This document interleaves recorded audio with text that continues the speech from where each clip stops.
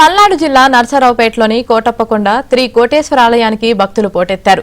తొలి ఏకాదశి సందర్భంగా MLA doctor Chadalavada Arvind బాబు కోటప్పకొండ చుట్టూ ప్రదక్షిణ నిర్వహించారు.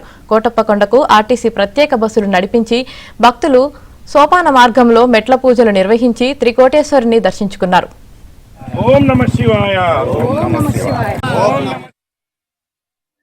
భక్తులందరం కూడా త్రికోటేశ్వర స్వామి సన్నిధిలో ఉండటం జరిగింది.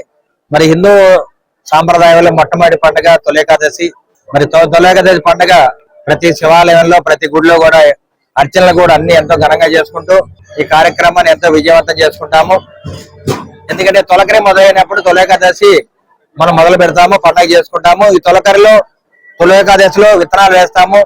మరి వ్యవసాయం కూడా మొదలు పెట్టడం జరుగుతుంది. కాబట్టి పంటలు బాగా పండాలి, వర్షాలు బాగా పడాలి, అదేవిధంగా ప్రజలందరూ కూడా సుఖ సంతోషంతో ఉండాలని చెప్పి తొలి ఏకాదశి పండుగని ఘనంగా చేసుకుంటాం.